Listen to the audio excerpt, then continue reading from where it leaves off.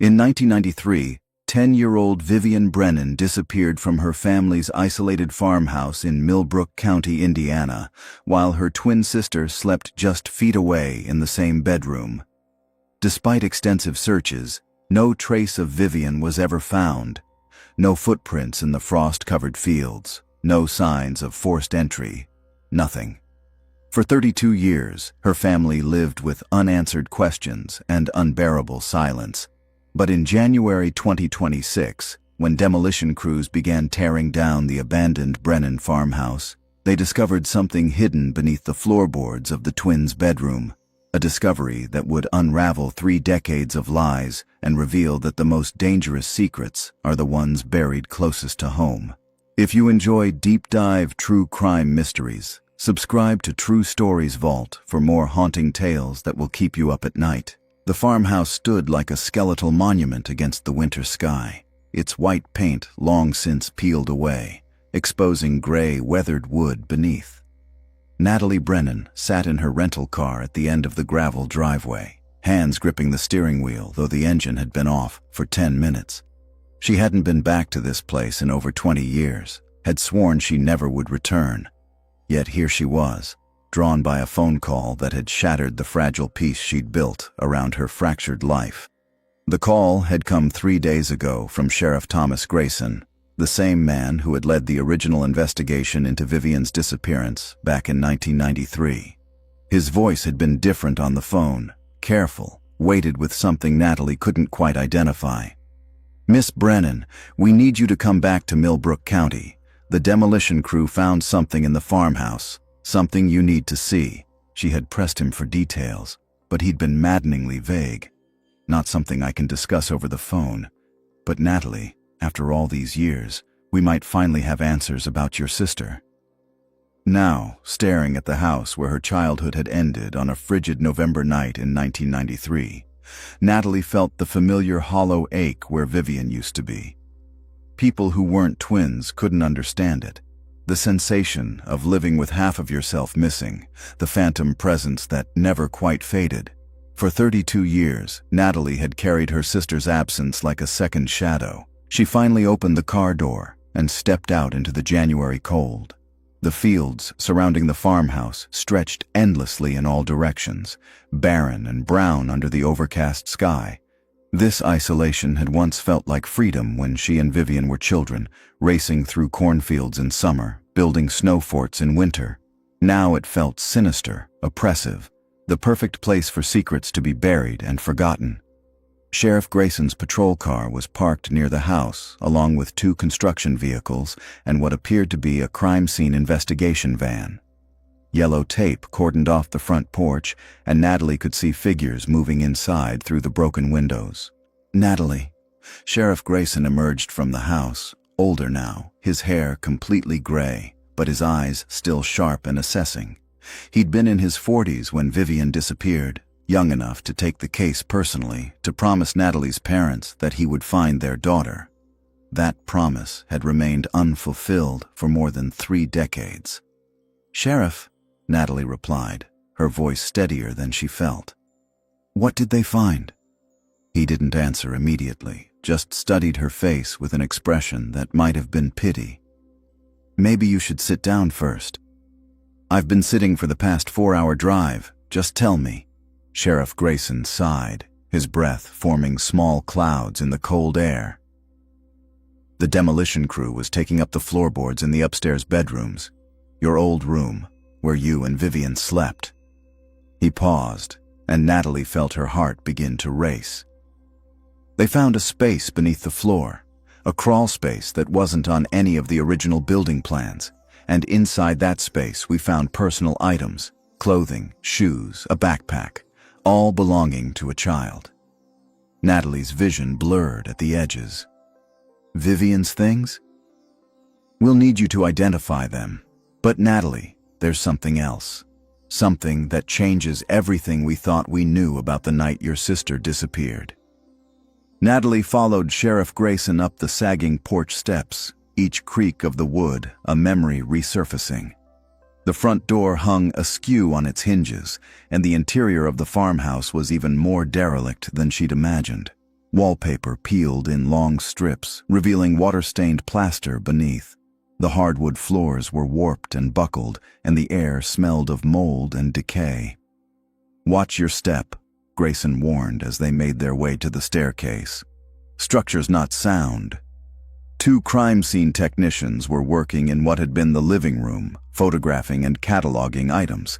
They looked up as Natalie passed, their expressions carefully neutral, but she could feel their curiosity.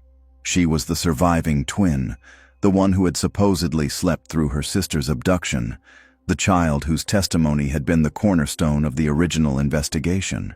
The stairs groaned under their weight as they climbed to the second floor. Natalie's childhood bedroom was at the end of the hallway, the door standing open. As they approached, she could see bright work lights set up inside, illuminating what had once been her sanctuary. The room was smaller than she remembered, the wallpaper, pale yellow with tiny flowers, now faded and torn.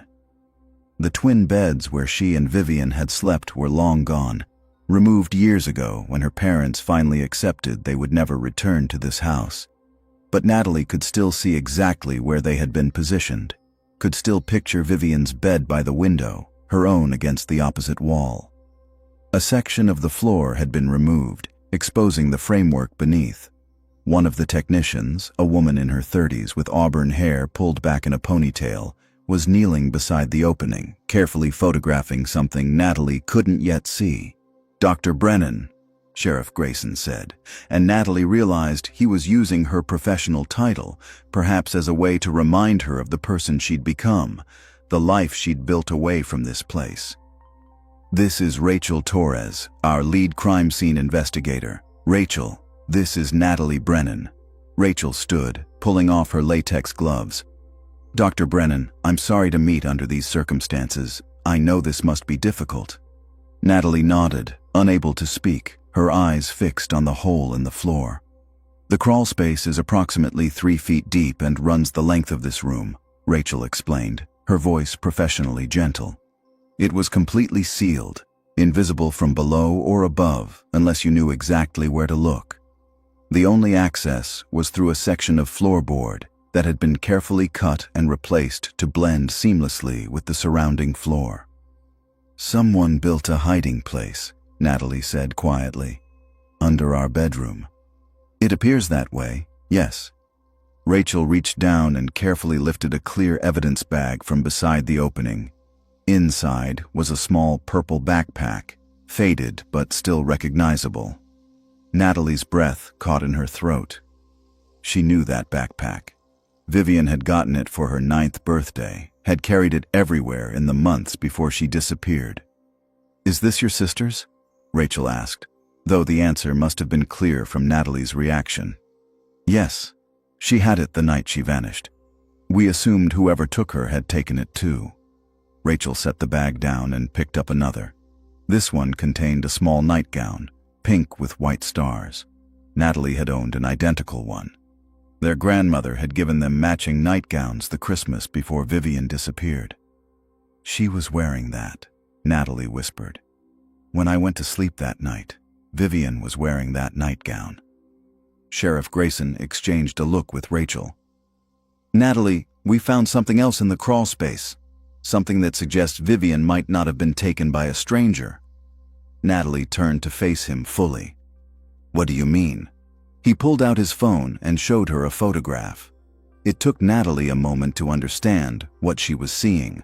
A small notebook, the kind a child might use for school, its cover decorated with stickers.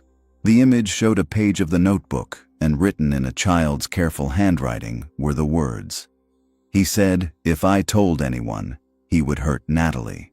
He said, this is our secret game, and I have to hide in the special place when he says so, or Natalie will get hurt instead." The room seemed to tilt around Natalie. She reached out to steady herself against the wall, her mind racing. "What are you saying? That Vivian knew her abductor? That she went with them willingly?"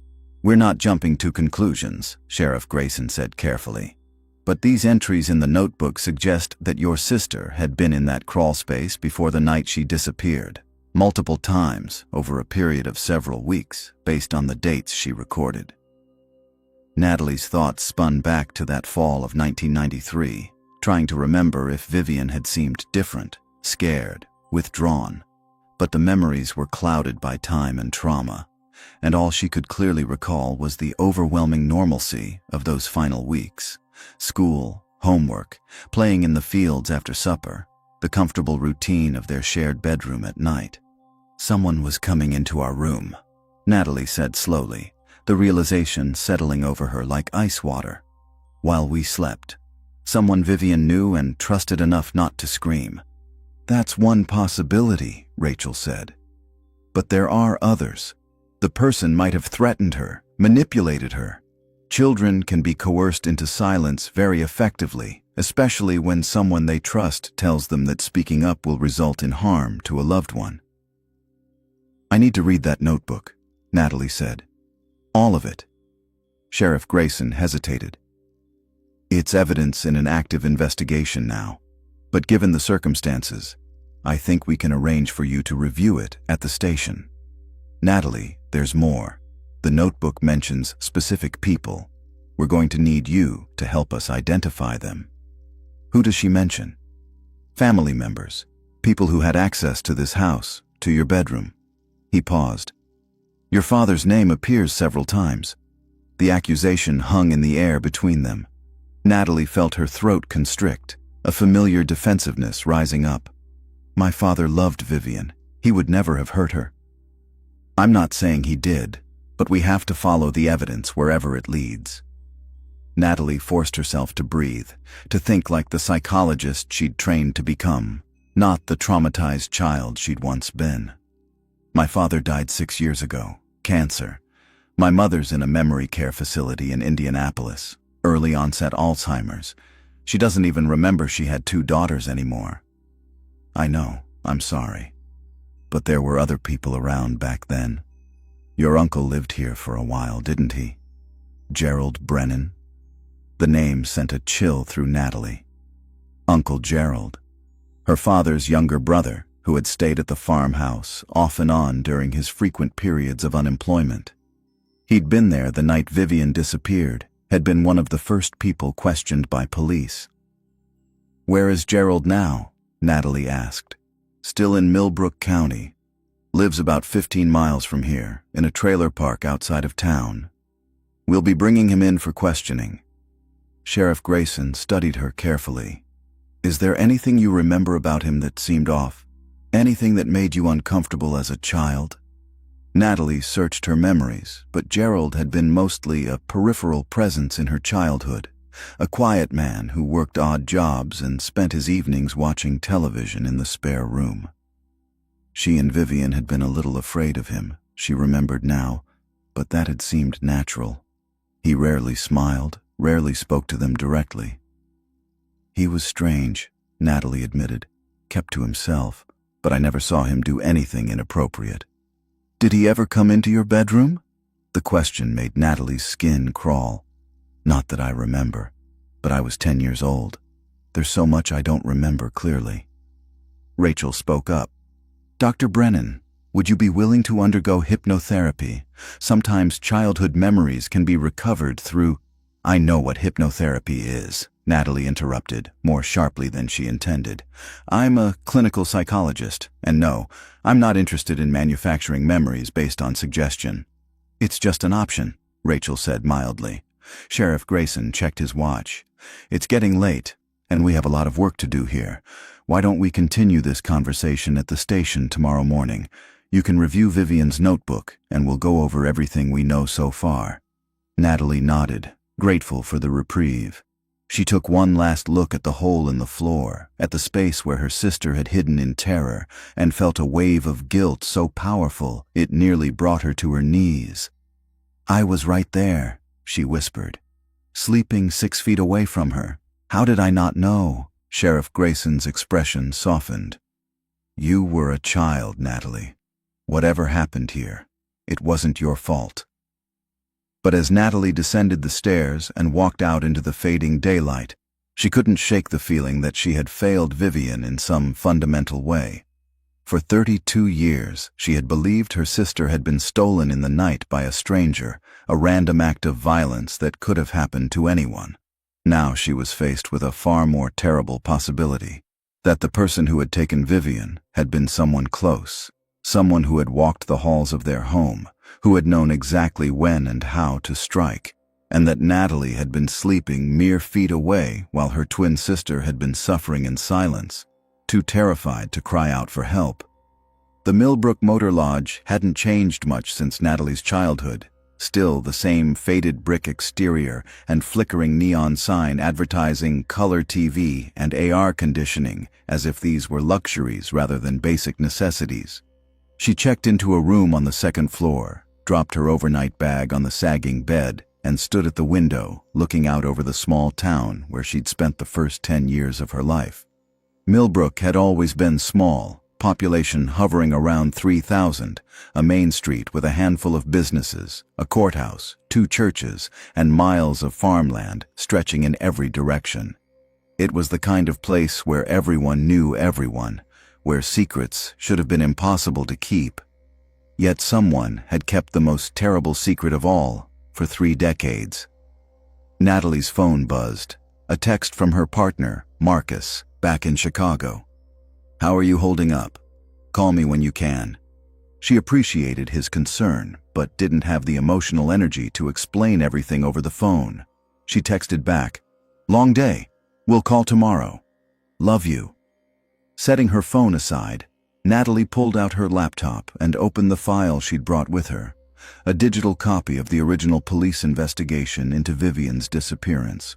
Sheriff Grayson had given it to her years ago when she'd asked for it as part of her own attempt to make sense of what had happened. She'd studied it obsessively in graduate school, analyzing it with the tools of her training, looking for patterns and inconsistencies. The case file opened with the initial missing person report, filed by her mother, Catherine Brennan, at 6:47 a.m. on November 19, 1993.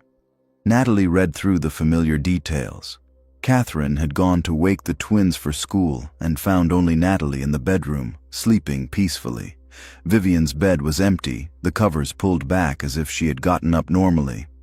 A search of the house revealed no sign of Vivian. The back door was found unlocked but not damaged.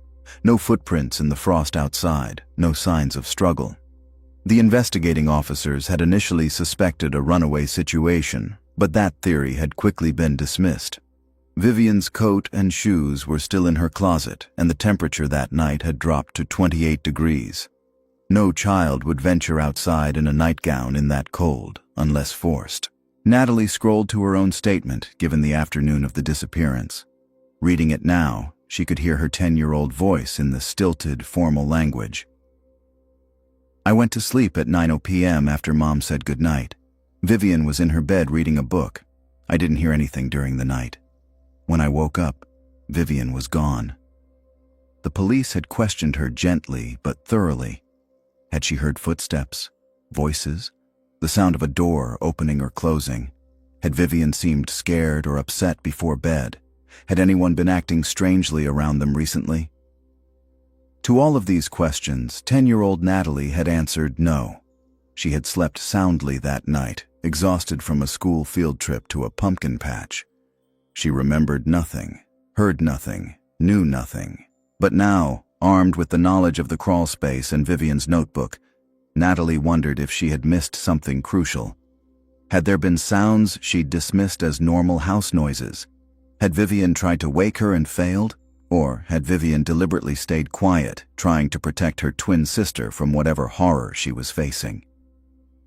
Natalie continued through the file, reviewing the list of people who had been interviewed in the days following Vivian's disappearance. Her parents, naturally. Uncle Gerald, who had been staying in the guest room. Mrs. Henderson from the neighboring farm 2 miles away. Their school teachers, the bus driver, the mailman. Everyone had alibis or explanations. Gerald claimed he'd been asleep in the guest room all night and hadn't heard anything. The doors and windows had been checked. Only the back door was unlocked, and Gerald said he'd gone out to smoke around midnight, might have forgotten to lock it when he came back in. That unlocked door had been the focus of the investigation for years. The prevailing theory was that an intruder had entered through it, had known the layout of the house, had crept upstairs and taken Vivian without waking anyone. But who? And why? Natalie opened a new document and began typing, trying to organize her thoughts. Known facts. Crawl space hidden under bedroom floor, not on building plans. Vivian's belongings found inside. Backpack, nightgown, notebook. Notebook indicates Vivian had been hiding there multiple times before disappearance. Vivian was threatened. Told that Natalie would be hurt if she told anyone. Someone had repeated access to our bedroom questions. Who built the crawl space and when? How long had the abuse been going on? Why didn't Vivian tell anyone despite the threats? What happened the final night that was different from the other times? Where is Vivian now? That last question was the one that haunted Natalie most. The discovery of Vivian's belongings in the crawl space suggested she'd been hidden there that night. But where had she gone from there? Had the abductor taken her from the house later? Or had something even worse happened? Natalie closed her laptop and lay back on the bed, staring at the water-stained ceiling. Tomorrow she would read Vivian's notebook, would confront whatever truths her sister had tried to document in the weeks before she vanished. But tonight, she allowed herself to drift back to a simpler memory. She was 8 years old, and she and Vivian were lying in their beds after lights out, whispering to each other in the darkness. They had invented a game called twin telepathy, where they would try to send thoughts to each other across the space between their beds. Vivian would think of a color or a number, and Natalie would try to guess it, and sometimes, often enough to feel magical, she would guess correctly. "Do you think we'll always be together?" Vivian had asked one night. "Always," Natalie had promised with the absolute certainty of childhood. "We're twins. That means we're connected forever." But they hadn't been together forever. One November night, something had severed that connection, and Natalie had spent the last 32 years living with the amputation of half her soul. She must have fallen asleep because she woke with a start to find the room dark and her phone buzzing with an incoming call. The screen showed Sheriff Grayson's name. Natalie's heart raced as she answered. "Sheriff, what's wrong?" "We brought Gerald Brennan in for questioning an hour ago," Grayson said without preamble. He lawyered up immediately, which is his right, but Natalie, before his lawyer arrived, he said something you need to know. "What did he say?" There was a pause, and Natalie could hear voices in the background, the sounds of the police station. "He said, 'You're wasting your time. The person who knows what happened to Vivian is Natalie. She was there. She knows more than she's telling.'" Natalie felt as if she'd been punched in the stomach. "That's insane. I was 10 years old. I was asleep." "I know, but he seemed very certain. He kept repeating it until his lawyer shut him down." Grayson sighed. "I'm not suggesting he's telling the truth. He might be trying to deflect attention from himself. But Natalie, is there any possibility, any at all, that you remember more than you told us back then?" "No," Natalie said. But even as she spoke, she felt a tremor of doubt. Human memory was unreliable, especially childhood memory, especially memory of trauma. It was possible she had witnessed something and suppressed it, her young mind protecting itself from unbearable knowledge. "Okay, get some rest. We'll talk more tomorrow." After he hung up, Natalie sat in the darkness of her motel room, trying to push past the barriers of time and trauma to access that night in November 1993. She closed her eyes and tried to picture their bedroom, tried to imagine the sound of footsteps on the old floor, a whispered voice, movement in the shadows. But there was nothing, just darkness, and the terrible feeling that everyone was right. She should remember, she should know, and her inability to recall was a failure that had cost her sister everything. The Millbrook County Sheriff's Department occupied a brick building on the corner of Main Street and Hickory Avenue, its American flag snapping in the cold January wind. Natalie arrived at 8:30 the next morning, her sleep having been fitful and haunted by fragments of dreams she couldn't quite remember upon waking. Sheriff Grayson met her in the lobby, a steaming cup of coffee in his hand. "Natalie, Thanks for coming in early. I've got Vivian's notebook set up in the conference room. Take as much time as you need." He led her down a hallway, lined with photos of past sheriffs and community service awards, stopping at a door marked Conference Room B. Inside, a long table dominated the space, and on it sat a single clear evidence bag containing the small notebook Natalie had seen in the photograph yesterday. "We've already processed it for fingerprints," Grayson explained. "Mostly too degraded to get anything useful after 32 years. You can handle it with gloves on." He gestured to a box of latex gloves on the table. "Rachel will be in the observation room if you need anything. I'll be in my office." After he left, Natalie stood alone in the conference room, staring at the notebook through its plastic barrier. The cover was decorated with stickers, rainbows, unicorns, smiley faces, the innocent decorations of a 10-year-old girl who still believed the world was fundamentally good. Natalie pulled on the latex gloves with trembling hands and carefully removed the notebook from the evidence bag. The pages were slightly yellowed, but otherwise well preserved, protected by their decades in the sealed crawl space. Natalie opened to the first entry, dated September 23, 1993, just 8 weeks before Vivian disappeared. The handwriting was unmistakably Vivian's, careful, rounded letters, some words misspelled in the way of a 4th grader still mastering written language. Natalie began to read. September 23, 1993.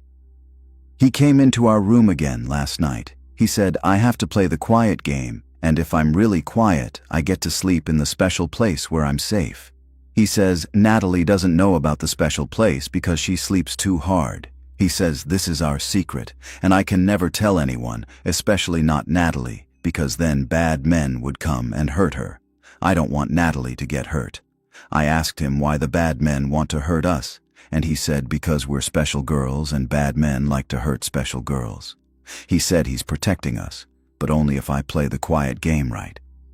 Natalie's hands shook as she turned the page. The entry was matter-of-fact, written in the voice of a child trying to make sense of something beyond her comprehension. There was no name mentioned, just he, September 30th, 1993. "I had to go to the special place 3 times this week. It's very dark under the floor, and I can hear Natalie sleeping above me. Sometimes I want to knock on the floor so she'll wake up, but I'm too scared. He said if I make noise, the bad men will hear, and they'll come for Natalie. Last night, he brought me crackers and juice because I was in the special place for a long time. He said I'm being so brave and good. He touches my hair and says I'm his favorite girl. I don't like when he touches my hair, but I stay quiet." Natalie felt bile rise in her throat. She forced herself to continue reading, page after page of Vivian's careful documentation of her abuse. The entries grew progressively more disturbing. The person, still unnamed, had been grooming Vivian, manipulating her with threats against Natalie, convincing her that hiding in the crawlspace was protection rather than abuse. October 15th, 1993. "Uncle Gerald saw him taking me to the special place last night.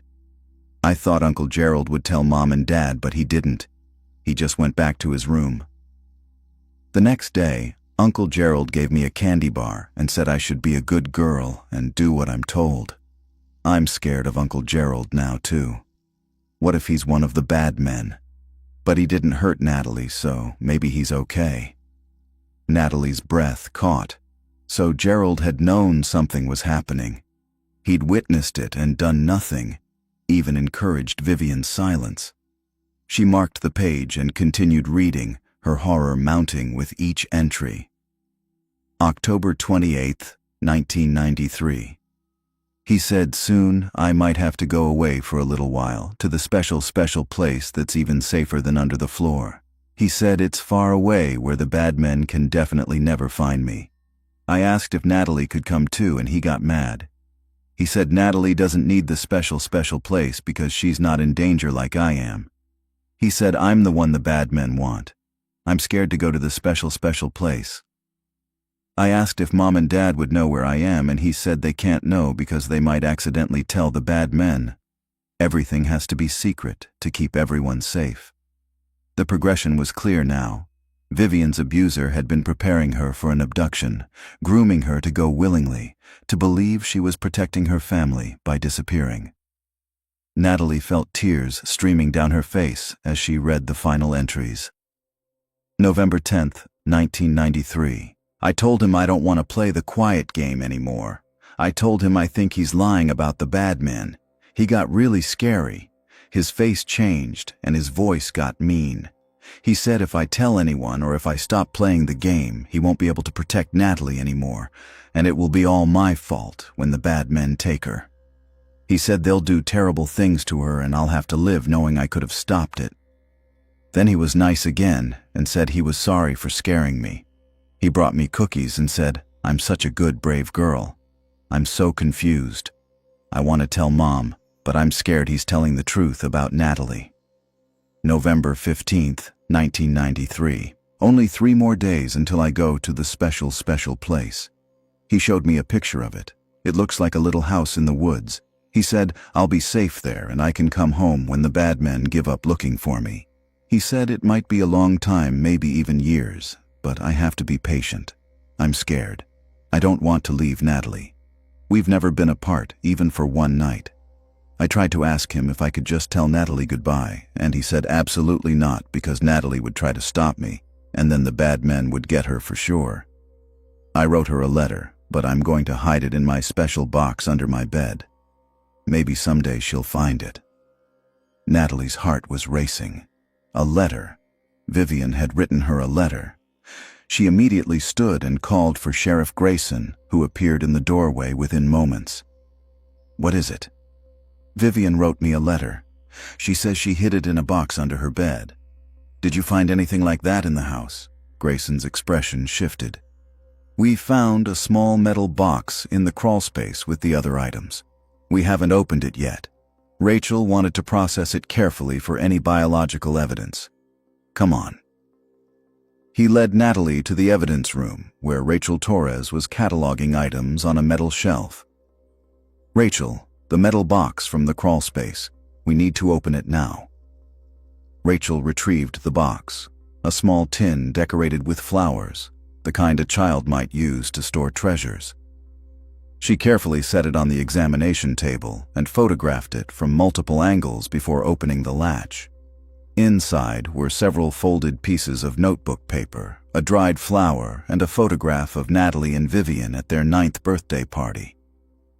Rachel carefully unfolded the top letter with gloved hands, revealing Vivian's handwriting. She read aloud, "Dear Natalie, if you're reading this, it means I had to go to the special place, and I didn't get to say goodbye. I'm so sorry. I wanted to tell you everything, but he said I couldn't because then the bad men would hurt you. I'm going away to keep you safe. Please don't be sad. He promised I can come home when it's safe. I need you to know that I love you more than anything. You're my best friend and my twin, and I miss you already, even though I haven't left yet. When I come back, we can play twin telepathy again, and everything will be normal. Please take care of Mom and Dad. Don't let them be too sad. If something goes wrong and I don't come back, I need you to know it wasn't your fault. You didn't do anything wrong. He made me promise not to tell you. He is." The letter ended there, mid-sentence, as if Vivian had been interrupted or had lost her nerve. Natalie stared at those 2 words. He is. Willing the sentence to complete itself, willing her sister to reach across 3 decades and name her abuser. "She was going to tell me who it was," Natalie whispered. "She was going to write his name, and something stopped her." Sheriff Grayson's phone rang. He glanced at the screen, and his expression hardened. "I need to take this." He stepped out of the room, and Natalie could hear his muffled voice through the door, growing agitated. When he returned, his face was grim. "That was one of my deputies. Gerald Brennan is dead. His neighbor found him an hour ago, hanging in his trailer. It's being ruled a suicide." Natalie felt the room spin. "He killed himself? Why now, after all these years?" "Because we were closing in on him," Rachel said quietly.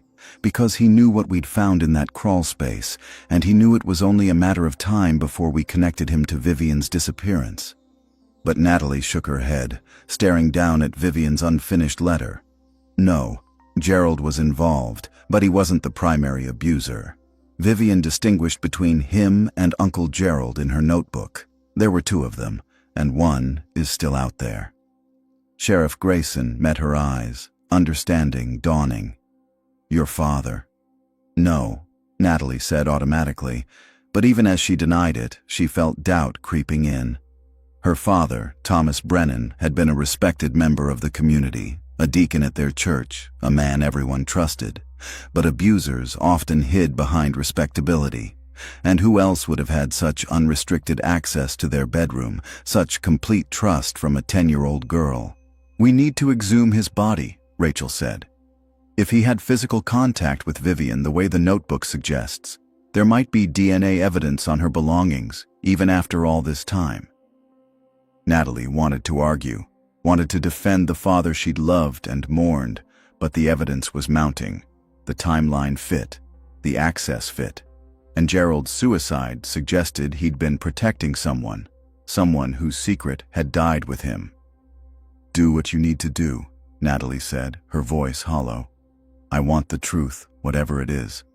Natalie spent the rest of the morning at the police station, going through evidence with a clinical detachment that surprised even her.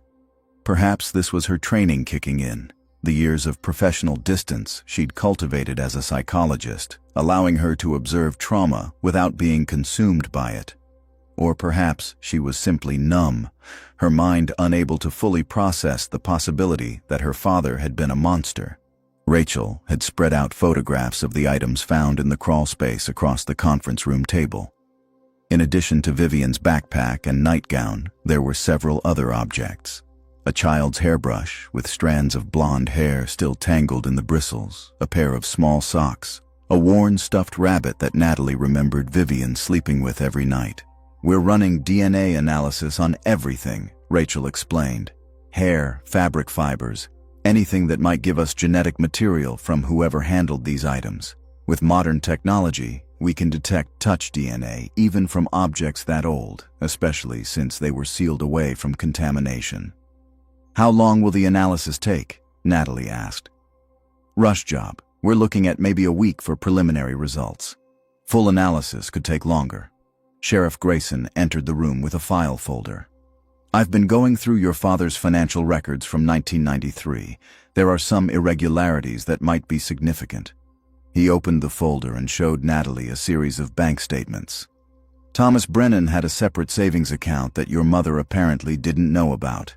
In the 6 months before Vivian disappeared, he made regular cash withdrawals. $500 here, $800 there, always in amounts small enough not to draw attention. Total comes to about $15,000. What was he doing with the money? Natalie asked. That's what we're trying to figure out. No major purchases that we can find. No evidence of gambling debts or affairs. The money just vanished. Natalie thought about this. Vivian mentioned in her notebook that he showed her a picture of the special place, a little house in the woods. What if he was building something, or renting a property somewhere remote? Grayson nodded slowly. We're pulling property records now, looking for any land purchases or rentals in his name. But if he was smart, he might have used a false name or a shell company. A young deputy knocked on the door. Sheriff, the medical examiner is on line 2. Says it's urgent regarding the Gerald Brennan autopsy. Grayson picked up the conference room phone and put it on speaker. This is Sheriff Grayson. What have you got for me, Doc? The medical examiner's voice crackled through the speaker. Sheriff, I've completed the preliminary examination of Gerald Brennan. The cause of death is indeed asphyxiation consistent with hanging, but there are some concerning findings. Such as? Bruising on his wrists and ankles that appears to have occurred perimortem, at or near the time of death. The pattern is consistent with restraints. Additionally, there are defensive wounds on his hands and petechial hemorrhaging that suggests a struggle. Rachel leaned forward. You're saying he didn't hang himself? I'm saying the scene is inconsistent with a straightforward suicide. Someone may have restrained him, possibly forced the ligature around his neck. I'm ruling this as suspicious pending further investigation." After the medical examiner hung up, the three of them sat in stunned silence. Finally, Sheriff Grayson spoke. "Gerald knew something. Someone wanted to make sure he never talked." "The same someone who took Vivian," Natalie said. "My father died 6 years ago. If he was the primary abuser, who killed Gerald?" "Maybe your father had an accomplice," Rachel suggested. "Someone who helped him hide Vivian, who's still alive and still protecting the secret." Natalie's mind raced through the possibilities. Who had been close to her father? Who would have helped him commit such a horrific crime and kept silent for 3 decades? Her phone buzzed with a text from an unknown number. She opened it and felt her blood run cold. The message contained a single photograph, a recent picture of Natalie herself, taken through the window of her motel room the previous night. Below the image were 3 words: "Stop digging. Leave." She showed the phone to Sheriff Grayson, whose face darkened. "Someone's watching you. Someone who knows you're here and what you're investigating." "We need to get you somewhere safe," Rachel said. "This person has already killed once, possibly more. You could be in danger." But Natalie shook her head. "I'm not leaving. For 32 years, I've lived with not knowing what happened to my sister. Now, we're finally close to the truth. I'm not running away." "Then we put you in protective custody," Grayson insisted. "Move you to a safe house, assign an officer to watch you." Before Natalie could respond, her phone rang. The caller ID showed a local number she didn't recognize. She answered on speaker. "Hello?" There was breathing on the other end, then a woman's voice, thin and wavering. "Is this Natalie Brennan?" "Yes. Who is this?" "My name is Patricia Henderson. I live at the farm next to your family's old place. Sheriff Grayson came to see me yesterday, asking questions about when your sister disappeared." Natalie remembered Mrs. Henderson vaguely, an elderly woman even back in 1993, who lived alone and kept to herself. "What can I do for you, Mrs. Henderson?" "I didn't tell the sheriff everything yesterday. I was scared. But I've been thinking about it all night, and I can't keep quiet anymore. There's something you need to know about the night your sister vanished." Natalie's heart began to race. "What is it?" "I saw someone that night. I couldn't sleep, so I was sitting by my window around 2 in the morning. I saw a car pull up to your farmhouse, a dark sedan, headlights off. A man got out and went inside. About 20 minutes later, he came out carrying something wrapped in a blanket. He put it in the trunk and drove away." "Did you tell the police this in 1993? Sheriff Grayson demanded. Mrs. Henderson's voice trembled. "I tried to. The next day I called the station and told them what I'd seen. But the officer who came to take my statement was a man I didn't know. Said he was new to the department. He wrote everything down, then told me the car I described belonged to one of the deputies who'd been on patrol that night. He said I must have been confused, seen the deputy checking on your house after the missing person report came in. But Sheriff, that wasn't true. I know what I saw, and it was before anyone knew Vivian was missing." Grayson exchanged a sharp look with Rachel. "Mrs. Henderson, can you describe this officer who took your statement?" "Tall, maybe 35 or 40 years old, dark hair. He had a scar on his left hand, right across the knuckles. I remember because he kept flexing his fingers while he talked to me like it hurt." "What name did he give you?" "Deputy Martin. But when I tried to follow up a few days later, the department said there was no Deputy Martin working there. My statement had disappeared from the files. I was scared, Miss Brennan. I thought maybe I was losing my mind. So I kept quiet all these years." Natalie felt pieces clicking into place. A man impersonating a police officer. Someone with inside knowledge of the investigation who could intercept witnesses and suppress evidence. "Not just someone," Rachel said grimly. "Someone who knew exactly what Mrs. Henderson had seen and needed to silence her before it became official record." Sheriff Grayson was already pulling up personnel files on his laptop. I need to see who was working in the department in 1993. Someone who would have had access to the case files, who could have posed as a deputy without raising suspicion. As he scrolled through the records, Natalie's phone buzzed again. Another text from the unknown number. I warned you. Now someone you love will pay the price. Below, it was a photograph that made Natalie's blood run cold. It showed Marcus, her partner, getting into his car in the parking garage of their Chicago apartment building. The image had been taken within the last few hours. She could see the date stamp in the corner. They're threatening Marcus, Natalie said, her voice shaking. They know where we live. They're watching him. Rachel immediately pulled out her phone. I'll contact Chicago PD. Get someone over to your apartment right away. But as she made the call, Sheriff Grayson let out a low oath. He turned his laptop screen toward Natalie and Rachel, showing a personnel file with a photograph. The man in the picture was in his late 30s, with dark hair and cold eyes. The name beneath read, Deputy James Keller, 1990-1996. He left the department in 1996, Grayson said, 2 years after Vivian disappeared. His personnel file says he relocated to Illinois for family reasons. Illinois, Natalie repeated slowly. Chicago is in Illinois. Rachel had gone pale. This isn't random. He followed you. He's been watching you for years, waiting to see if you'd remember something, if you'd come back here and start asking questions. Grayson was already on his phone, calling in backup, issuing orders. But Natalie's mind was reeling.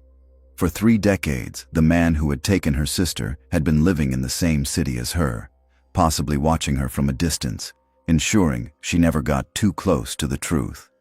And now that she'd returned to Millbrook and the evidence was surfacing, he was eliminating anyone who could identify him. Gerald Brennan, who had witnessed the abuse and said nothing. Mrs. Henderson, who had seen him that night but been silenced before she could give official testimony. And now, Marcus, whose only crime was loving Natalie and supporting her search for answers. I'm calling him, Natalie said, pulling up Marcus's number. The phone rang once, twice, 3 times. On the 4th ring, it went to voicemail. She tried again, same result. Chicago PD is en route to your apartment, Rachel said. ETA, 3 minutes. Those 3 minutes stretched into eternity. Natalie paced the conference room, trying Marcus's phone over and over, each unanswered call ratcheting her terror higher. She thought about all the times she'd felt watched in Chicago, dismissed it as paranoia left over from childhood trauma. But she hadn't been paranoid. James Keller had been there, in the shadows, waiting. Finally, Rachel's phone rang. She answered, listened, then met Natalie's eyes with an expression of relief. They found him. He's safe. Officers are bringing him to the station for protection. Natalie's legs went weak. She sank into a chair, overwhelmed with gratitude and residual fear. Marcus was safe, but the threat was real, and it was escalating. Sheriff Grayson was pulling up more information on James Keller. Current address on record is an apartment in Evanston, just outside Chicago. I'm coordinating with Illinois authorities to bring him in for questioning. What if he runs? Natalie asked. He won't run. He's been getting away with this for 32 years. Men like him, they start to believe they're untouchable. Grayson's expression was hard. But he made a mistake. He threatened you directly. That gives us grounds to bring him in, and once we have him, we'll break him. But Natalie wasn't so sure. James Keller had evaded justice for 3 decades, had manipulated evidence and witnesses, had possibly killed at least twice. He was intelligent, careful, and utterly ruthless. And somewhere, buried in her own memories, might be the key to finally stopping him. By late afternoon, the conference room at the Millbrook County Sheriff's Department had transformed into a command center. A whiteboard covered one wall, filled with names, dates, and connecting lines that formed a web of conspiracy spanning 3 decades. Rachel had printed photographs of everyone involved and arranged them chronologically. Thomas Brennan, Gerald Brennan, James Keller, and in the center, a school photo of Vivian at age 10, her smile bright and trusting. Natalie stood before the board, studying the connections. Keller was working patrol the night Vivian disappeared. He would have been one of the first responders when my mother called in the missing person report, which gave him access to the scene before anyone else, Rachel added. He could have contaminated evidence, redirected the investigation, planted false leads. Sheriff Grayson was on the phone with Illinois State Police, coordinating Keller's apprehension. He'd been at it for an hour, his frustration mounting with each call. Finally, he hung up with barely controlled anger. Keller's apartment in Evanston is empty. Neighbors say they haven't seen him in 2 days. Illinois PD found his car in long-term parking at O'Hare Airport, but there's no record of him boarding any flights. He knew we were closing in, Natalie said. He probably left Chicago as soon as I drove down here. He's been monitoring me somehow, my phone, my email, something. Rachel pulled up Natalie's recent call logs on her laptop. We should check your devices for spyware. If Keller has technical skills, he could have been tracking your communications for years.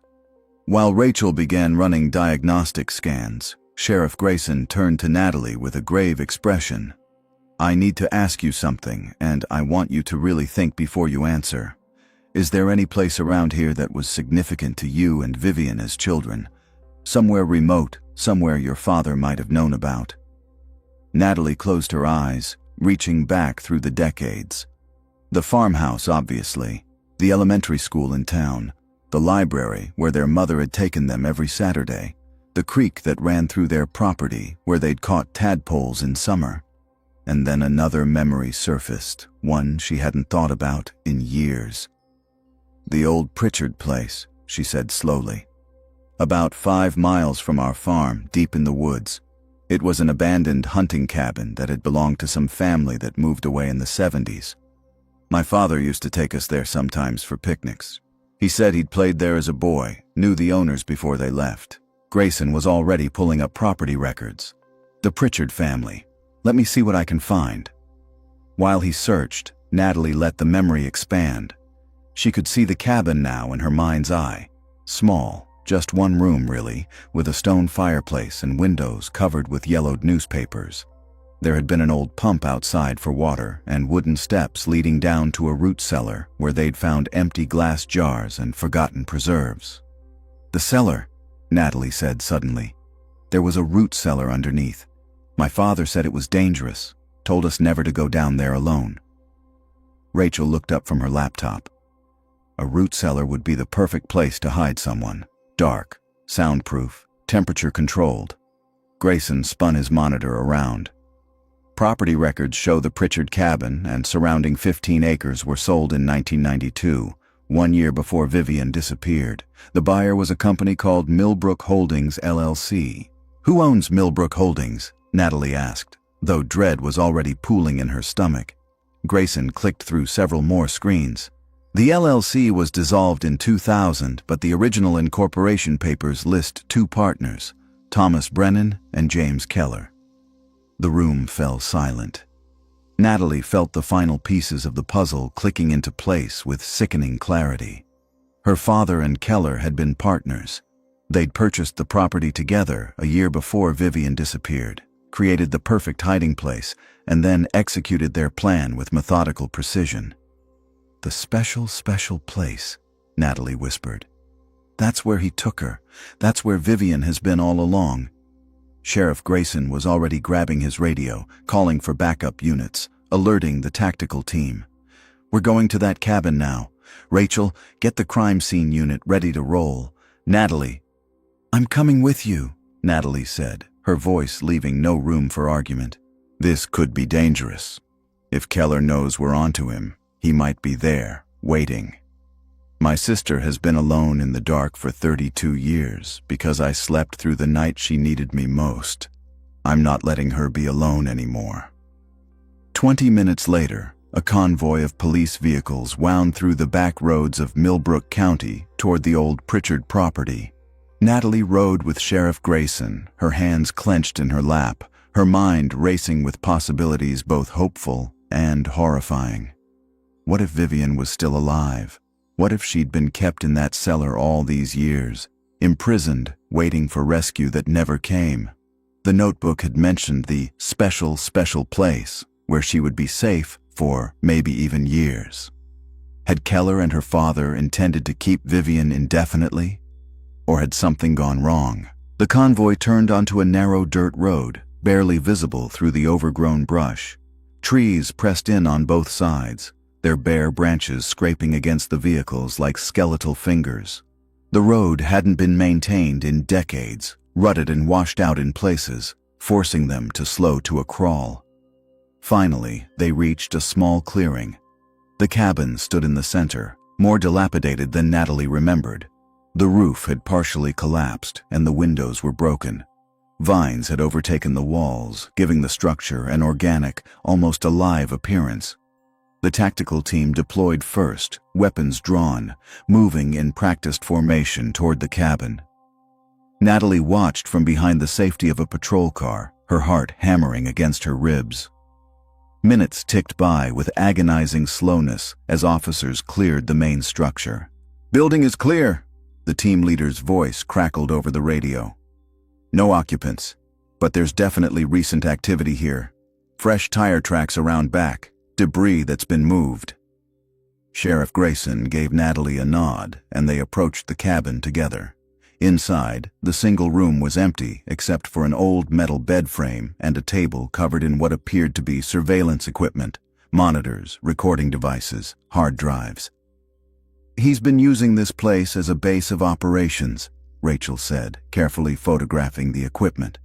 "We'll need to analyze all of this data." But Natalie's attention was drawn to the far corner of the room, where a rug covered a section of the floor. She moved toward it, and Grayson helped her pull the rug aside, revealing a wooden trapdoor with a heavy padlock. "The root cellar," Natalie said. One of the officers produced bolt cutters and made short work of the padlock. The trapdoor swung open with a groan of rusted hinges, revealing stone steps descending into darkness. The smell that wafted up was musty and damp, tinged with something else Natalie couldn't identify. Sheriff Grayson shone a powerful flashlight into the opening. "I'm going down. Everyone else stay here until I assess the situation." But Natalie was already moving toward the steps. "I told you, I'm not leaving her alone." They descended together, their flashlights cutting through the oppressive darkness. The cellar was larger than Natalie had expected, extending beyond the footprint of the cabin above. The stone walls were slick with moisture, and the air was cold enough to see their breath. As they reached the bottom of the steps, Natalie's flashlight beam swept across the space and caught something that made her gasp. Against the far wall was a small cot with a thin mattress and a blanket. Beside it stood a shelf stocked with canned goods and bottled water, and on the wall above the cot, someone had carved marks into the stone, hundreds of them, maybe thousands, organized into groups of 5. Days. Someone had been counting days down here. Sheriff Grayson moved toward the cot, his flashlight revealing more details. A bucket in the corner serving as a toilet, a stack of books, their covers warped from humidity, and on a small ledge carved into the stone wall, a photograph in a plastic frame showing 2 10-year-old girls smiling at the camera. Natalie and Vivian on their last birthday together. "She was here," Natalie whispered. Vivian was here. But the cot was empty, the blanket neatly folded. There was no sign of Vivian herself, no indication of where she might be now. Rachel called down from above. "Sheriff, we found something outside.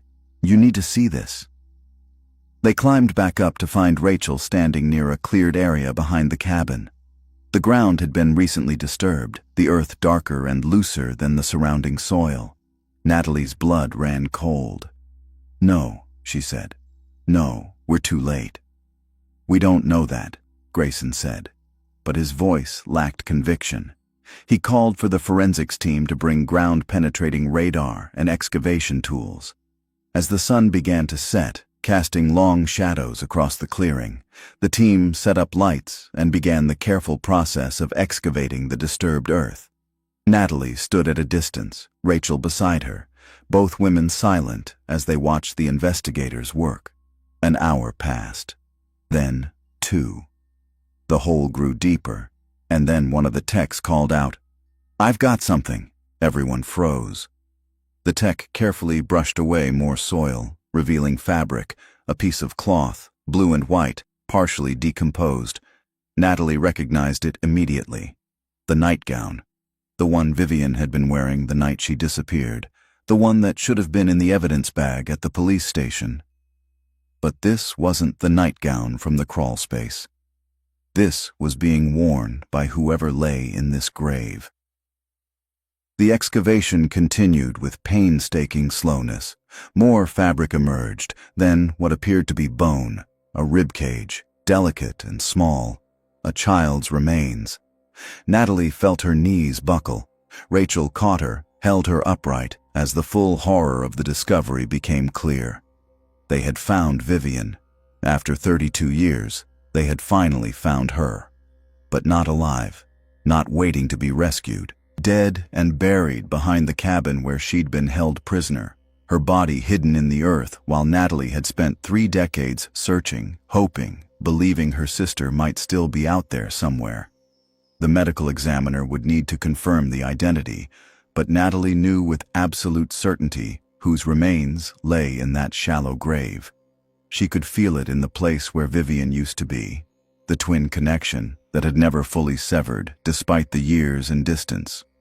Her sister was gone, had been gone perhaps since the very beginning, and the men responsible, her father and James Keller, had let Natalie search, had watched her suffer, had allowed her to build a life around a false hope while Vivian's body decomposed in the ground. The motel room felt suffocating. Natalie sat on the edge of the bed, staring at nothing, while Sheriff Grayson spoke in low tones with Rachel near the door. They'd insisted on staying with her, afraid she might be in shock, but Natalie felt nothing. The numbness was complete, a protective shell her mind had erected against unbearable pain. The preliminary examination at the scene had confirmed what everyone already knew. The skeletal remains were those of a child, approximately 10 years old, buried for an extended period consistent with 3 decades. Dental records would provide definitive identification, but the nightgown and the location left no room for doubt. Vivian had died in that cellar, or shortly after being removed from it, and been buried like garbage behind the hunting cabin. Natalie's phone had been ringing constantly, Marcus calling from the Chicago police station where he was being held in protective custody, her colleagues from the university, concerned friends who'd somehow heard the news. She'd ignored all of them, unable to form words, unable to process the sympathy and shock in their voices. Rachel brought her a cup of tea that went cold and untouched on the nightstand. "Natalie, I know this is devastating, but we need you to stay focused. James Keller is still out there, and he's dangerous. The surveillance equipment in the cabin suggests he's been monitoring law enforcement communications, which means he probably knows we found the grave. He might try to run, or he might—" "Come after me," Natalie finished, her voice flat, to silence the only witness. "You weren't a witness," Grayson said gently. "You were a child, and you were sleeping." But Gerald's words echoed in Natalie's mind. The person who knows what happened to Vivian is Natalie. She was there. She knows more than she's telling. What if he'd been right? What if, buried beneath years of trauma and protective amnesia, Natalie did remember something crucial about that night? "I want to try hypnotherapy," she said suddenly. Rachel and Grayson exchanged glances. "Are you sure?" Rachel asked. "Earlier you said you didn't want to risk false memories." "That was before we found my sister's body, before I knew for certain that someone I loved and trusted helped murder her. I need to know if I saw anything that night. I need to know if there's something locked in my memory that could help catch Keller." Sheriff Grayson nodded slowly. "I'll make some calls. There's a forensic psychologist in Indianapolis who works with traumatic memory recovery. She's testified in court before, knows the protocols for ensuring any recovered memories are admissible as evidence." 3 hours later, Dr. Sarah Chen arrived at the motel. She was a woman in her 50s with kind eyes and a calm demeanor that immediately put Natalie somewhat at ease. They moved to a quieter room the sheriff's department had secured, away from the main investigation. "I want to be clear about what we're doing here," Dr. Chen said as she set up a small recording device. "Hypnotherapy isn't magic. It can't retrieve memories that don't exist, and it won't force you to remember anything you're not ready to process. What it can do is help lower the barriers your conscious mind has erected against painful experiences." "I understand," Natalie said. "I've used similar techniques with my own patients." "Then you know the risks. You might remember things that are deeply disturbing. Are you prepared for that?" Natalie thought about Vivian's remains being carefully excavated from cold earth, about the tally marks carved into stone walls, about 32 years of lies. "I'm prepared." The hypnotherapy session began with standard relaxation techniques. Dr. Chen's voice was soothing, guiding Natalie into a state of focused concentration. Time seemed to blur at the edges, the motel room fading until Natalie felt suspended in a place between sleep and waking. "I want you to go back to November 18th, 1993, Dr. Chen said softly, "the night before Vivian disappeared. You're in your bedroom, getting ready for bed. Can you see the room?" Natalie could see it with crystalline clarity, clearer than any normal memory, the yellow wallpaper with tiny flowers, the twin beds with their matching quilts, Vivian sitting on her bed in her pink nightgown, brushing her hair and humming a song from a cartoon they'd watched that evening. "I see it," Natalie said, her voice sounding strange and distant to her own ears. "Good. Now move forward in time. You're in bed. Vivian is in her bed. What happens next?" "Mom comes in to say goodnight. She kisses us both, tells us she loves us, turns off the light. And then? Vivian and I talk for a while in the dark. We're playing twin telepathy. She's thinking of a number, and I'm trying to guess it. I guess wrong 3 times. She laughs. Then we get quiet. I'm so tired from the field trip. I can feel myself falling asleep." Stay with that moment. You're falling asleep, but you're not quite asleep yet. "What do you hear?" Natalie's breathing quickened. Something was there, at the edge of her awareness, something she'd buried for 3 decades. Footsteps. In the hallway. Quiet footsteps. "Do you recognize them?" "No." "Yes, I don't know. They're familiar, but wrong. Too careful. Too slow." "What happens next?" "The door opens, just a little. I should wake up all the way, should see who it is, but I'm so tired. I keep my eyes closed. I think maybe it's Mom checking on us again." "But it's not your mother." "No." Natalie's voice cracked. "It's not Mom. I can tell by the smell. Cigarettes and something else. Aftershave. Dad's aftershave." In the motel room, Natalie's hands clenched into fists, her body rigid with tension even as her conscious mind remained in that hypnotic state, reliving the night. "Your father is in the room. What does he do?" "He walks to Vivian's bed. He's whispering something. I can't hear the words, but Vivian gets up. She doesn't argue. She just gets up and follows him out of the room. So quiet, like she's done this before." Tears were streaming down Natalie's face now. "I should have opened my eyes. I should have said something, but I just lie there, pretending to be asleep, and I let him take her." "You were a child, Natalie. You didn't know what was happening. But I did know. Some part of me knew something was wrong. That's why I kept my eyes closed, because I was afraid to see." "Stay with the memory. Your father and Vivian leave the room. Then what?" "I hear footsteps on the stairs. Going down.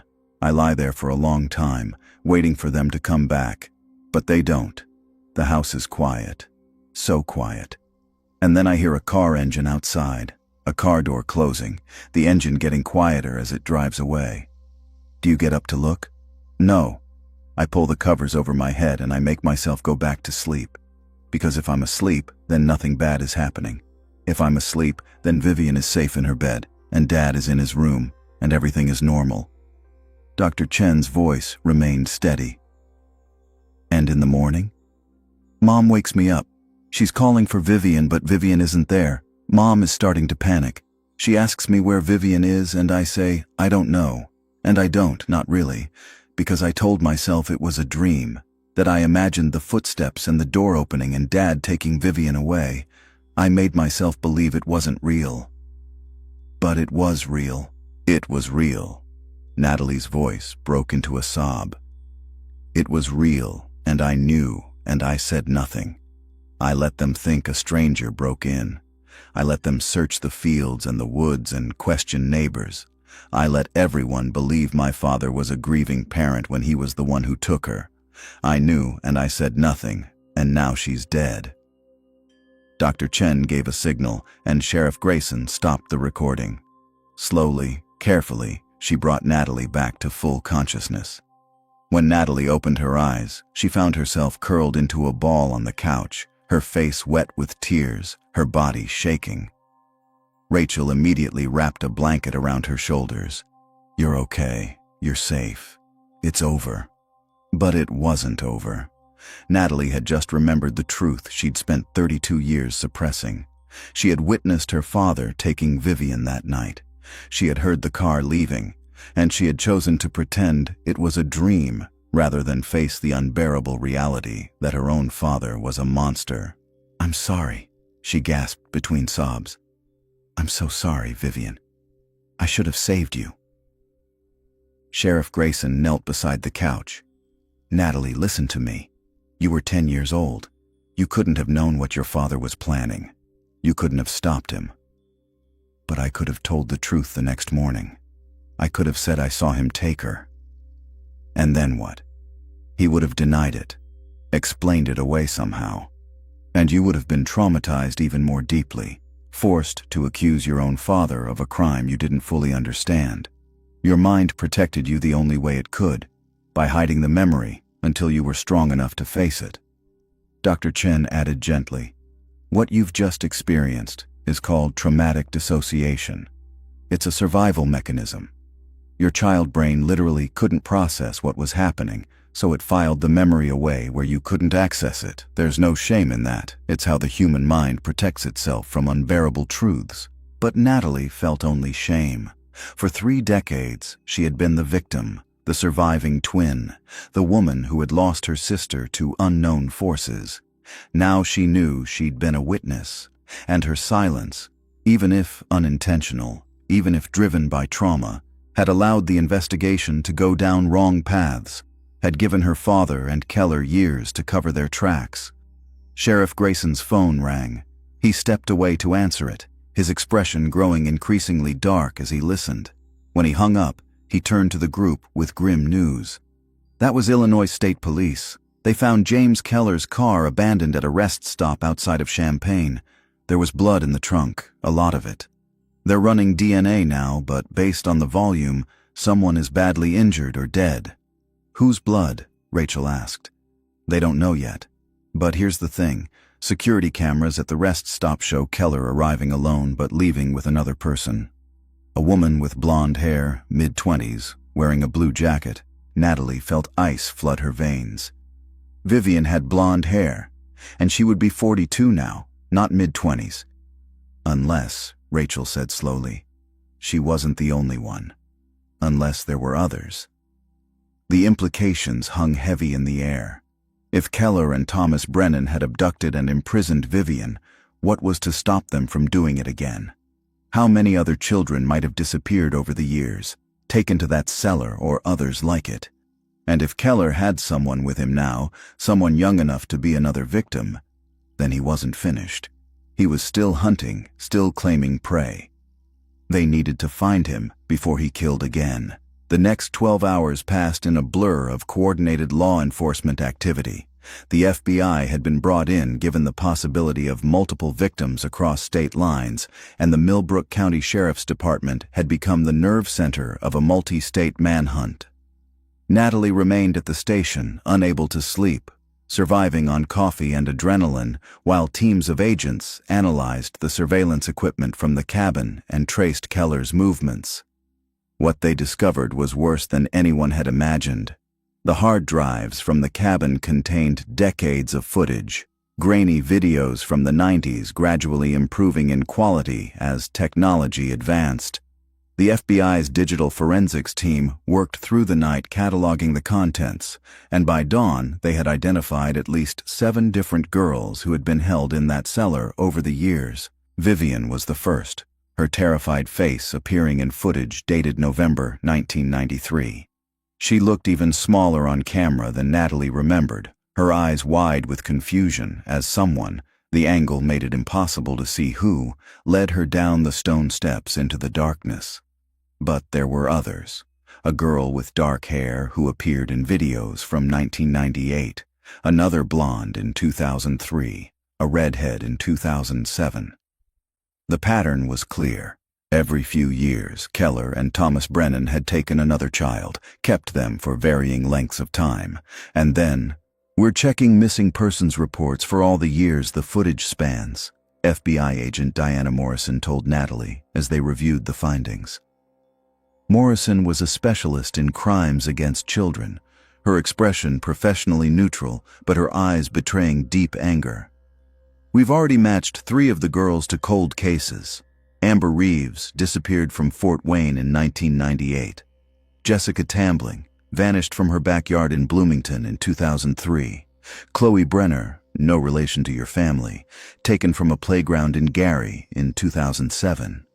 Are they all?" Natalie couldn't finish the question. "We don't know yet.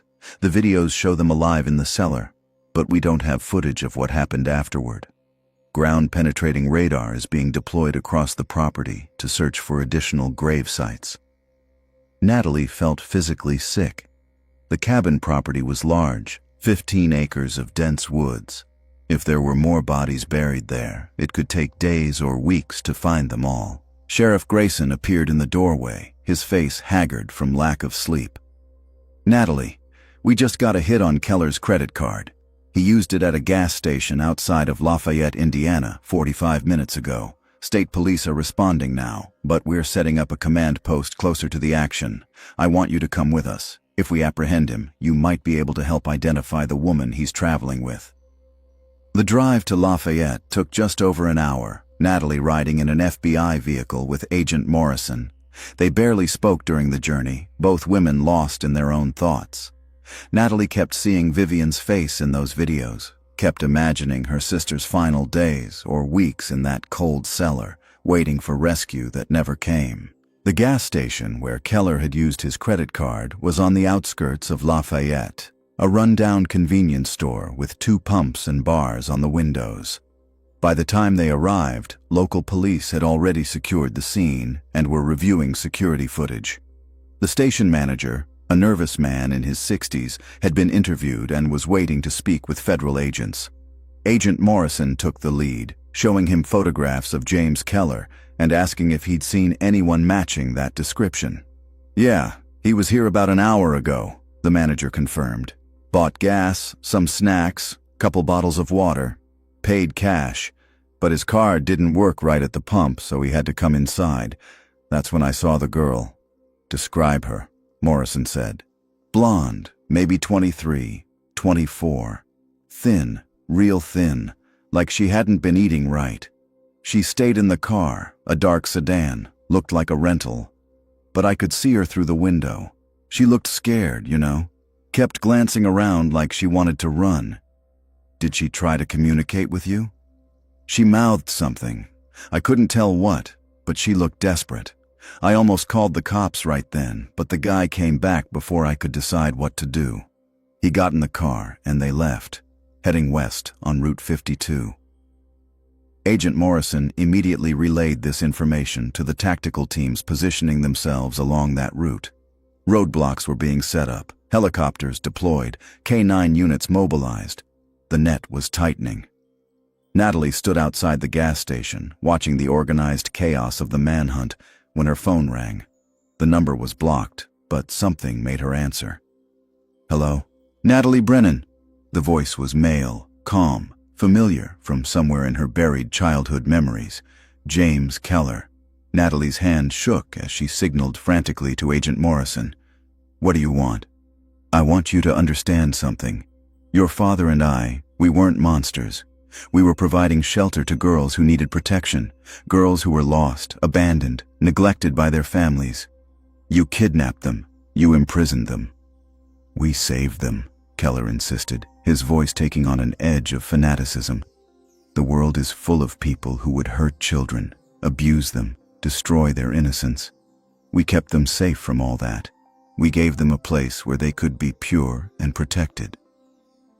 Natalie felt rage building in her chest. You kept them in a cellar in the dark. You terrorized them. My sister died because of you. There was a pause. When Keller spoke again, his voice had changed, becoming almost sad. Vivian's death was an accident. She got pneumonia. The cellar was too damp that winter. We tried to help her, but she was so weak. Your father was devastated. He truly loved her, you know. Loved both of you. He was abusing her.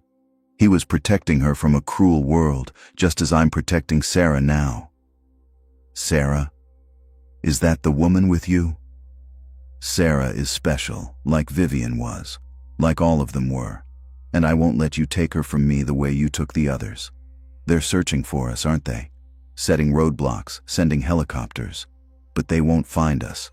I've been evading police for 30 years. I know how to disappear. Agent Morrison was frantically signaling to keep him talking, to give the trace team more time. Natalie forced herself to stay calm. Where are the other girls, James? Where are Amber and Jessica and Chloe? They're at peace. All of them. When their time came, we gave them peace.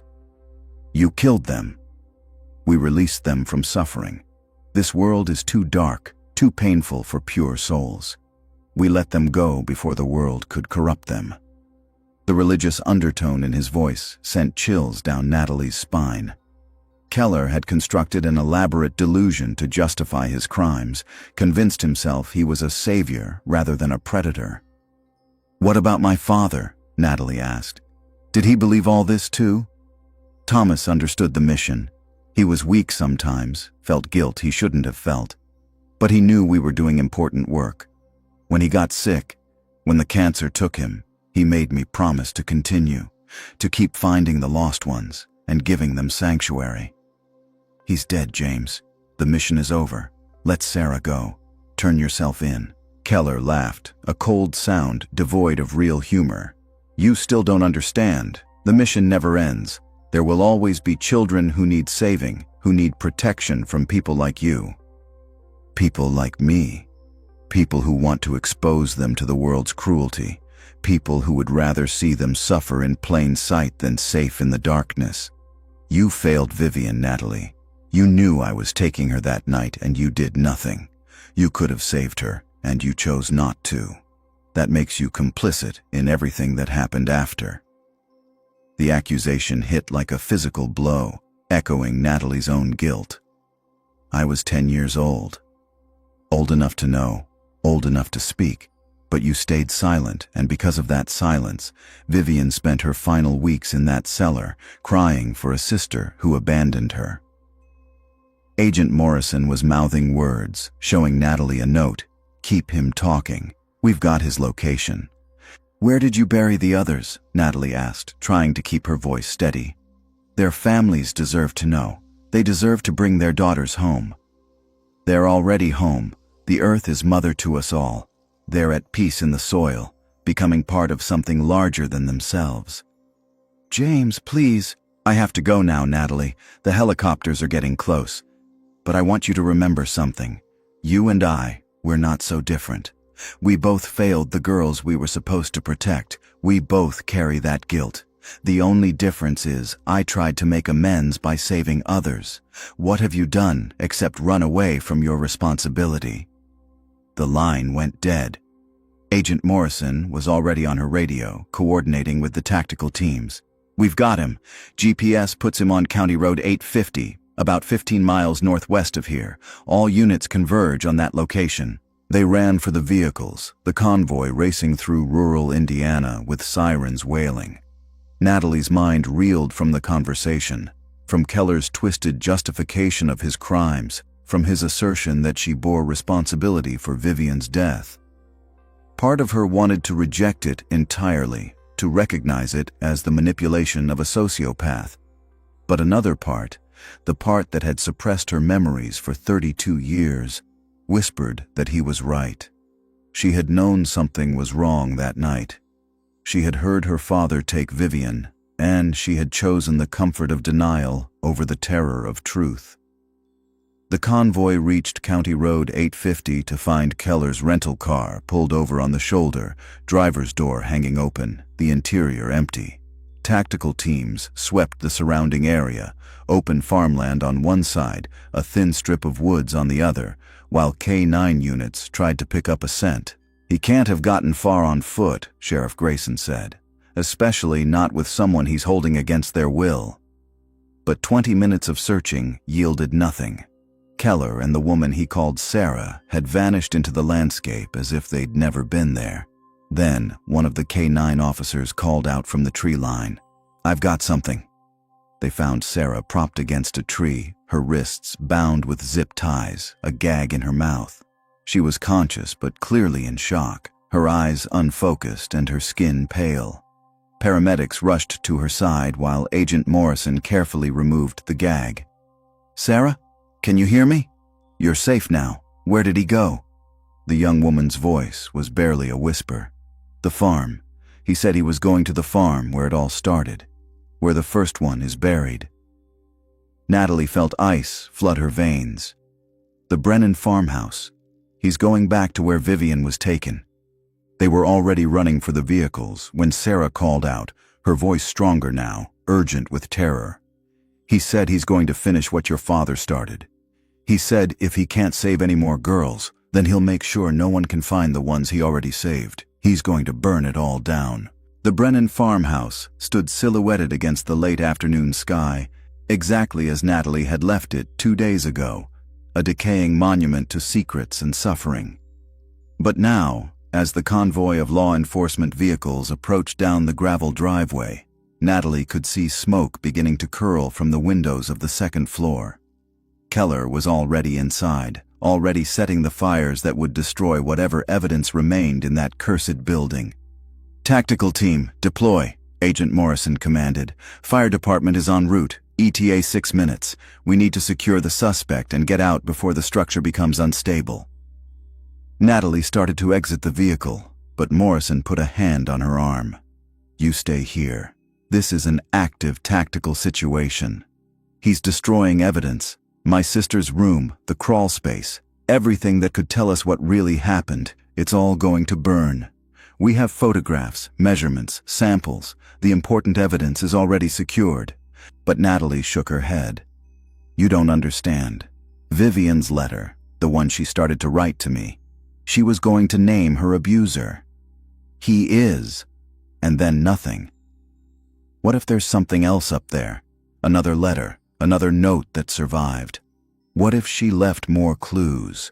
Before Morrison could respond, gunfire erupted from inside the farmhouse. The tactical team took cover behind their vehicles, returning fire in controlled bursts. Through the broken windows, Natalie could see flames spreading rapidly now, consuming the old dry wood with terrifying speed. Sheriff Grayson spoke urgently into his radio. "Suspect is armed and barricaded. We need to contain him until fire department arrives. Do not let him escape the perimeter." More gunshots rang out. Then Keller's voice, amplified somehow, echoing across the property. He must have found a megaphone or speaker system. "You want to know the truth, Natalie? You want to know what really happened to all those girls?" Natalie grabbed a police radio from the nearest officer. "I'm here, James. Talk to me. Your father kept records, detailed records of every girl, every day. He documented everything in a journal he kept hidden in that crawl space. All the names, all the dates, all the things we did to keep them safe. It's up there right now, burning to ash. And with it goes the only chance you'll ever have of finding where we buried the others." Agent Morrison's face had gone pale. "He's bluffing.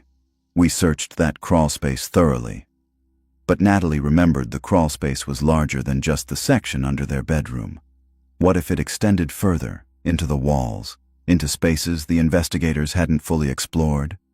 "Let me go in," Natalie said. "Let me talk to him face to face.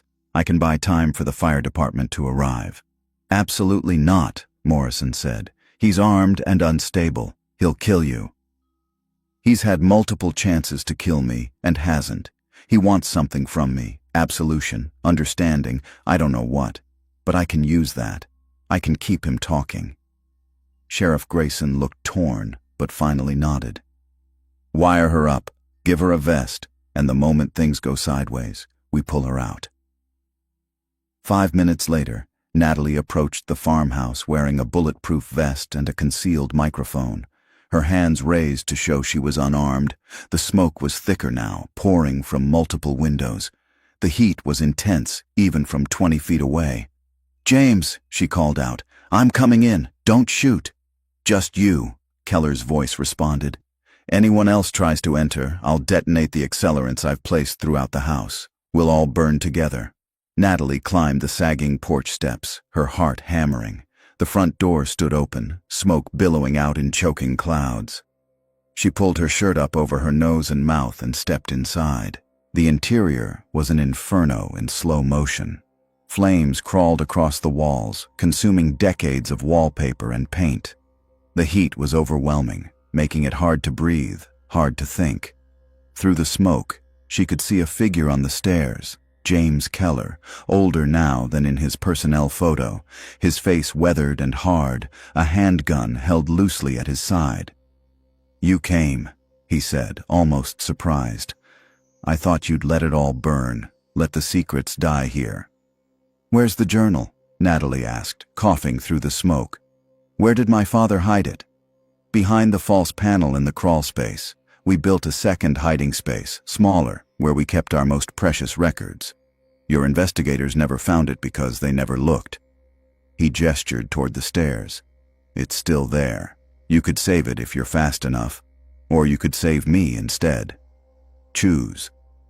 Natalie stared at him, understanding the test he was proposing. Save the evidence that could bring closure to the families of the missing girls, or save the man who had helped destroy those girls' lives. "Why did you do it?" she asked, stalling. "Why did you help my father hurt all those children?" Keller's expression shifted, becoming almost nostalgic. "I met your father when I was still in patrol. Responded to a call at your farmhouse. Nothing serious, just a broken window. But while I was there, I saw how he looked at you and Vivian. I recognized that look. I'd seen it in my own father's eyes when I was young." Natalie felt her stomach turn. "Your father abused you. He called it love, discipline, protection from a world that would corrupt me. And maybe he was right, because I grew up understanding that some of us are different. We see the purity in children that others miss. We want to preserve it, keep it safe from contamination." "You're describing pedophilia," Natalie said bluntly. "What you and my father felt wasn't love. It was a sickness." Keller's face darkened. "We never touched them, not in that way. We kept them safe, kept them pure. That was the whole point. Then why hide them? Why the crawl space, the cellar, the threats? Because the world wouldn't understand. People would see evil where there was only protection. Your father knew that. He knew if anyone found out about our sanctuary, they would tear it down, expose the girls to the very corruption we were shielding them from." The fire was spreading faster now, flames licking at the staircase, the ceiling beginning to groan and buckle. Natalie knew she had minutes at most before the entire structure collapsed. "What happened to Vivian?" she asked. "Tell me the truth about how she died." Keller's eyes grew distant. "She got sick that first winter. Pneumonia, like I told you. But it was more than that. She stopped eating, stopped talking. She just faded, like she decided to leave us. Your father tried everything, medicine, better blankets, more food. But she didn't want to be saved. She wanted to be with you, and when she realized that would never happen, she gave up." "She died of a broken heart," Natalie whispered, "because you stole her from her family. We gave her sanctuary. You gave her a tomb. You murdered her slowly, day by day, by keeping her from everyone who loved her." Natalie took a step closer, seeing Keller clearly now through the smoke. "And you know it. That's why you've been running all these years. That's why you can't stop taking new girls. You're trying to save one, just one, to prove to yourself that what you did wasn't evil. But they all end the same way, don't they? They all fade away in the darkness. Keller's hand tightened on the gun. You don't understand. I understand perfectly. You and my father were predators who dressed your crimes in the language of salvation. And now you're going to burn with your delusions. Behind Natalie, she could hear the tactical team positioning at the windows, hear Sheriff Grayson's voice in her earpiece telling her to get out, that the house was about to collapse. But she couldn't leave, not yet. Not without the journal that might hold the key to finding the other missing girls. Where exactly is the false panel? She demanded. Tell me, and I'll get the journal out before the fire reaches it. Those families deserve to know what happened to their daughters. Keller laughed, a broken sound. You think you're better than me? You think your silence as a child is different from my actions as an adult? We're both guilty, Natalie. We both let Vivian die. Maybe you're right, Natalie said quietly. Maybe I do share the guilt. But the difference is, I'm trying to make amends. I'm trying to bring those girls home, to give their families peace. What are you doing except running from the consequences of your choices? For a long moment, Keller stared at her, the gun wavering in his hand. Then, with sudden decision, he raised the weapon, not toward Natalie, but toward his own head. The panel is behind the false wall on the west side of the crawl space, he said. 3 feet from the corner, there's a latch hidden in the floorboard seam. Tell the families I'm sorry. Tell them we thought we were saving their daughters. James, don't. The gunshot was deafening in the enclosed space. Keller's body crumpled on the stairs as the tactical team stormed in, pulling Natalie back toward the door.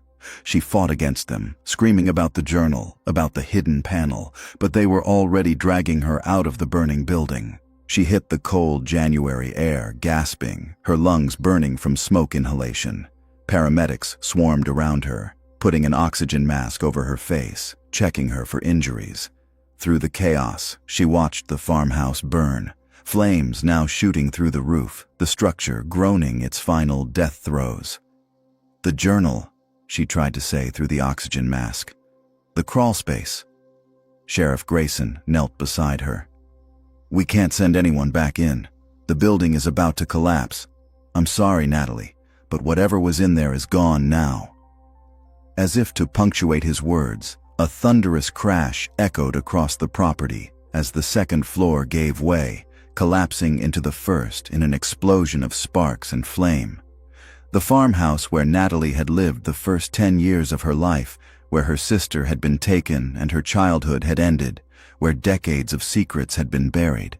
All of it was being reduced to ash and rubble. Natalie closed her eyes, tears streaming down her smoke-stained face. They had found Vivian's body. They had stopped Keller from taking any more victims. They had saved Sarah from whatever fate Keller had planned for her. But the journal, with its potential answers about the other missing girls, was lost forever in the flames. Unless... Natalie's eyes snapped open. The surveillance equipment, the hard drives from the cabin. If my father documented everything, wouldn't he have recorded it? Wouldn't there be more footage than what you've already reviewed? Agent Morrison was suddenly beside her, her expression sharp with understanding. You're right. We've only gone through about 40% of the files. The rest could contain exactly what we need. As the farmhouse collapsed into a pile of burning rubble, as fire crews arrived too late to save anything but the scorched foundation, Natalie allowed herself a small measure of hope. The building was gone, but the truth might still be recoverable. The girls might still be found. The families might still get their answers. It wasn't justice. Nothing could truly be justice for what had been done to Vivian and the others. But it was something. It was an ending, and perhaps a beginning of healing. 6 months later, Natalie stood in a cemetery on a bright summer morning, surrounded by 7 headstones arranged in a semicircle around a flowering dogwood tree. Each stone bore the name of a girl who had been taken, held, and ultimately laid to rest in unmarked graves around Millbrook County. The FBI's analysis of Thomas Brennan's surveillance footage had provided what the journal could not: detailed documentation of each victim, including locations where their remains had been buried. Over the course of 3 months, forensic teams had carefully excavated 7 grave sites, bringing home daughters who had been missing for decades. Vivian Ann Brennan, 1983-1993. Beloved daughter and sister. Amber Reeves, 1988-1998. Jessica Tambling, 1993-2003. Chloe Brenner, 1997-2007. And 3 others whose names Natalie now knew by heart: Madison Pierce, Emily Hartwell, Sarah Jane Kowalski. All children, all taken too soon, all buried in secret shame by men who convinced themselves they were saviors rather than murderers. The 8th girl, the Sarah that Keller had abducted in his final desperate act, had survived. She was receiving intensive therapy at a facility in Indianapolis, slowly recovering from the trauma of her captivity. Her real name was Bethany Morrison, and she'd been missing from a mall parking lot in Terre Haute for 3 weeks before Keller's death had freed her. She was one of the few who had escaped the fate Keller and Thomas Brennan had planned for her. Natalie placed a bouquet of wildflowers at Vivian's headstone, the same kinds of flowers they used to pick together in the fields around their farmhouse. "I'm sorry I didn't save you," she whispered. "I'm sorry I didn't wake up that night, didn't speak up the next morning. I've spent my whole life running from the guilt, and I finally understand that I'll carry it forever. But I'm not running anymore." Behind her, she heard footsteps. Marcus approached, having given her space for the private moment. He'd stood by her through the investigation, the revelations about her father, the therapy she was now receiving to process the recovered memories and the trauma they contained. "Ready?" he asked gently. Natalie nodded. They had one more stop to make today. The Millbrook Memory Care Facility was a pleasant building with gardens and wide windows letting in natural light. Natalie's mother, Catherine Brennan, sat in the common room working on a jigsaw puzzle. At 68, early-onset Alzheimer's had stolen most of her memories, including the decades of grief and searching that had defined her life after Vivian's disappearance. In some ways, Natalie thought, it was a mercy. Her mother would never have to know the truth about Thomas, about the husband she'd loved and trusted. She would never have to carry the weight of knowing that the man who shared her bed had been a monster who murdered their daughter. "Mom," Natalie said, sitting beside her, "how's the puzzle coming?" Catherine looked up with a vague smile. "Do I know you, dear?" "I'm Natalie, your daughter." "Oh, how nice. I had a daughter once. 2 daughters, I think. Or was it 1? I can't quite remember." Natalie took her mother's hand. "It was 2. Me and Vivian. And we both love you very much." They sat together for an hour, Catherine occasionally recognizing Natalie in brief flashes of clarity before the fog rolled back in. When it was time to leave, Natalie kissed her mother's forehead and whispered goodbye, knowing Catherine wouldn't remember the visit by evening. Outside the facility, Marcus took Natalie's hand. "How are you holding up?" "I don't know," Natalie admitted. "Some days I think I'm healing. Other days I feel like I'm right back in that bedroom, listening to my father take Vivian away and doing nothing to stop him." "You were 10 years old." "I know. Intellectually, I know. Dr. Chen has helped me understand the trauma response, the dissociation, all of it. But the guilt doesn't just disappear because I understand it. Maybe it's not supposed to disappear. Maybe you just learn to carry it differently." They walked to the parking lot, past other families visiting loved ones who had slipped away into the fog of memory. "The book is being published next month," Natalie said. "The editor wants to do a press tour, interviews, the whole thing." She had spent the last 6 months writing a memoir about the investigation, the recovered memories, and the 7 girls who had been found. It was her way of honoring Vivian and the others, of ensuring their stories weren't forgotten.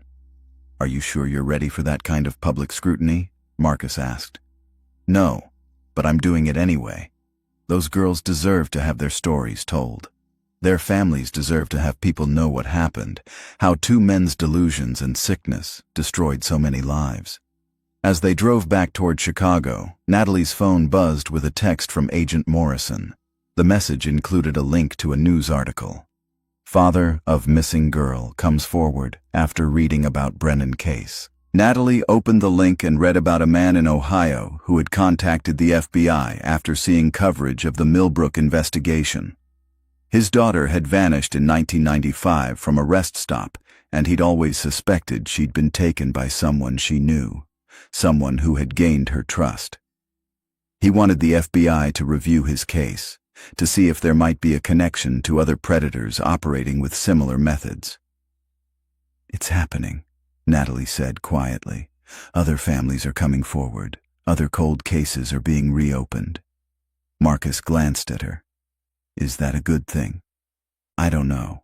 It means more pain, more families learning terrible truths about people they trusted. But it also means justice, accountability, maybe closure.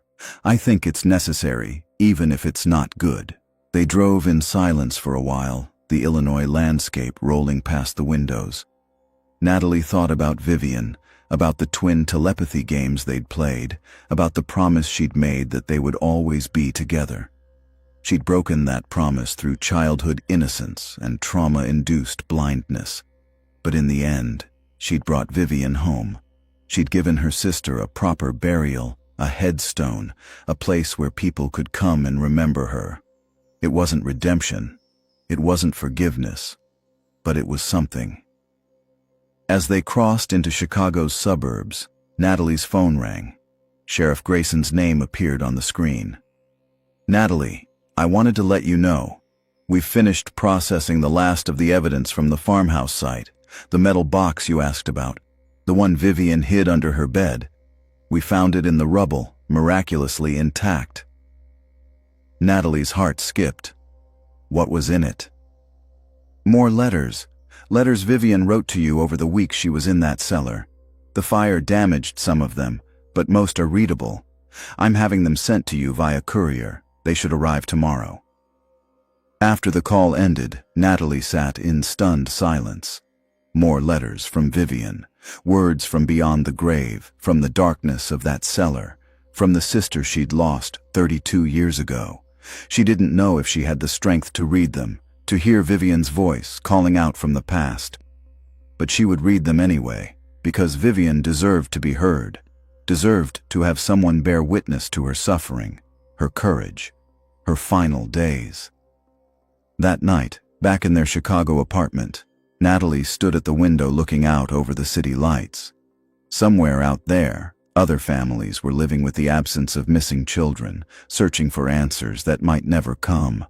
Other predators were hiding behind masks of respectability, choosing their next victims. The world was full of darkness and danger, just as James Keller had said. But it was also full of people who refused to give up, who kept searching, who fought to bring the missing home and the guilty to justice. Natalie placed her hand against the window glass, feeling the cool surface against her palm.